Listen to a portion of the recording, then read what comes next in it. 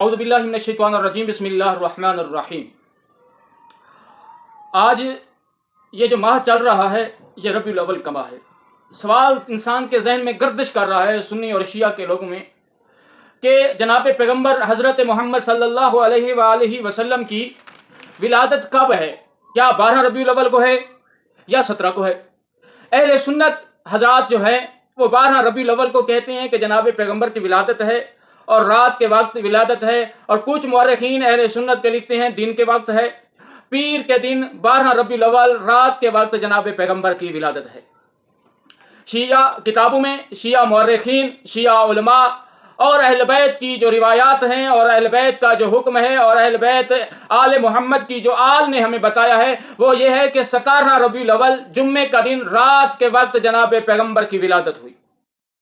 جناب پیغمبر جناب عبداللہ کے بیٹے ہیں، اور جناب پیغمبر کے دادا کا نام عبد المطلب ہے، اور جناب پیغمبر کی والدہ کا نام آمنہ خاتون ہے، اور جناب پیغمبر کی اہل سنت کے مورخین لکھتے ہیں 3 بیٹیاں تھیں، اور اہل تشیع کے مورخین کہتے ہیں کہ جناب پیغمبر کی ایک ہی بیٹی تھی جس کا نام تھا جناب فاطمہ الزہرا سلام اللہ علیہا۔ کتاب کا نام ہے مفاتیح الجنان، لکھنے والے ہیں عباس قمی، اور اس کا ترجمہ کرنے والے کا نام ہے حافظ ریاض حسین نجفی، اور صفحہ نمبر 581 میں لکھتے ہیں کہ جناب پیغمبر کی ولادت بسعادت رات کے وقت جمعے کے دن 17 ربیع الاول کو ہوئی۔ جمعے کا دن تھا، طلوع فجر سے پہلے ہوئی، رات کا وقت تھا، اور صرف 17 کو جناب پیغمبر کی ولادت نہیں، جناب پیغمبر کا ایک نواسا ہے جس کا نام ہے محمد جعفر صادق علیہ السلام کی بھی ولادت بسعادت کا دن ہے۔ 2 خوشیوں کا ہے، 17 کو 2 خوشیاں ہیں، تو ہمیں چاہیے کہ بڑے ادب سے اسلام کے دائرے میں رہ کر خوشی کرنی چاہیے۔ امام جعفر صادق اور امام باقر علیہ السلام کا فرمان ہے کہ ہمارے شیعہ جب خوشی کرتے ہیں تو حد سے تجاوز نہیں کرتے، اپنی مرضی کی کوئی چیزیں ہماری خوشی میں شامل نہیں کرتے۔ مثال کے طور پر آج کل جشن منائے جاتے ہیں، اس میں غنا ہوتا ہے، ڈھول بجانے والے ہوتے ہیں، شرنا بجانے والے ہوتے ہیں، اور جہاں تک بات پہنچ چکی ہے کہ آل محمد کی ولادت پر نچنے والے لوگ بھی بلائے جاتے ہیں۔ بہت غلط کام ہے، اہل بیت نے اس کی نفی کی ہے۔ تو اصل میں حقیقت میں امام باقر علیہ السلام فرماتے ہیں ہمارا شیعہ وہ ہے جو خوشی میں تجاوز نہیں کرتا، حد سے زیادہ نہیں بڑھ جاتا۔ کچھ اعمال ہیں 17 ربیع الاول کے جناب پیغمبر کی ولادت والے دن کے کچھ اعمال ہیں۔ پہلا عمل ہے کہ غسل کیا جائے۔ اس کا خلاصہ بیان کیا جائے 17 ربیع الاول کا، تو یہ دن بڑی عظمت کا دن ہے، بڑی عزت والا دن ہے، شرافت والا دن ہے، یہ بڑا مہذب دن ہے، بابرکت دن ہے، رحمتوں والا دن ہے، عظمتوں والا دن ہے۔ اس دن خدا کی بارگاہ میں رحمت کے دروازے کھلے ہوتے ہیں۔ دوسرا عمل اس کا کون سا ہے؟ اس دن کا ایک روزہ ہے، روزہ رکھیں مستحب۔ اس کا ثواب کیا ہے؟ ایک بندہ 1000 دن روزے رکھے، 1000 روزے رکھے، اور ایک بندہ 17 ربیع الاول کے دن روزہ رکھے گا، اس 1000 روزے سے یہ 17 ربیع الاول کا روزے کا ثواب اس 1000 روزے سے بہتر ہے، زیادہ ہے۔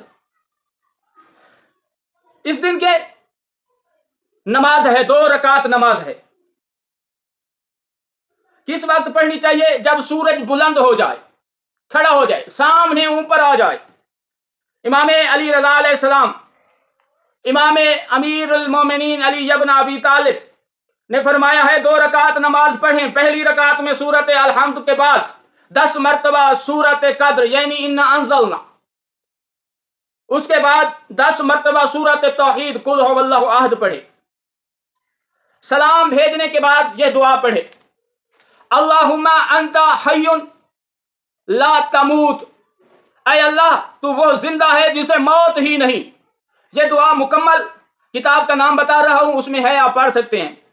زیاد المیاد کتاب میں یہ مکمل دعا لکھی ہوئی ہے، آپ پڑھ سکتے ہیں۔ اس دن کی زیارت ہے، امیر المومنین فرماتے ہیں اس دن کی زیارت ہے، زیارت محمد، حضرت محمد صلی اللہ علیہ وآلہ وسلم کی نام کی زیارت ہے، وہ زیارت پڑھے۔ دوسرا، اگر آپ مدینے جا سکتے ہیں تو زیارت کریں جناب پیغمبر کے روزے کی، اگر نہیں جا سکتے تو یہاں بیٹھ کر آپ زیارت پڑھیں، انشاءاللہ آپ کو زیارت کا ثواب مل جائے گا۔ یہ وہ کریم ہستی، وہ عظیم ہستی، نبیوں میں سے آخری حجت ہے، پیغمبر، اس کے بعد کوئی اور نبی نہیں آئے گا۔ کریم خالق فرماتے ہیں یہ علم میں بھی اس تمام نبیوں سے افضل ہے، تمام نبیوں پہ واجب ہے اس کا اطاعت کرنا، ادب و احترام کرنا۔ پھر اللہ نے اس کی نسل میں سے ائمہ اطہار پیدا کیے، اور ائمہ اطہار میں سے آخری حجت امام مہدی ہے۔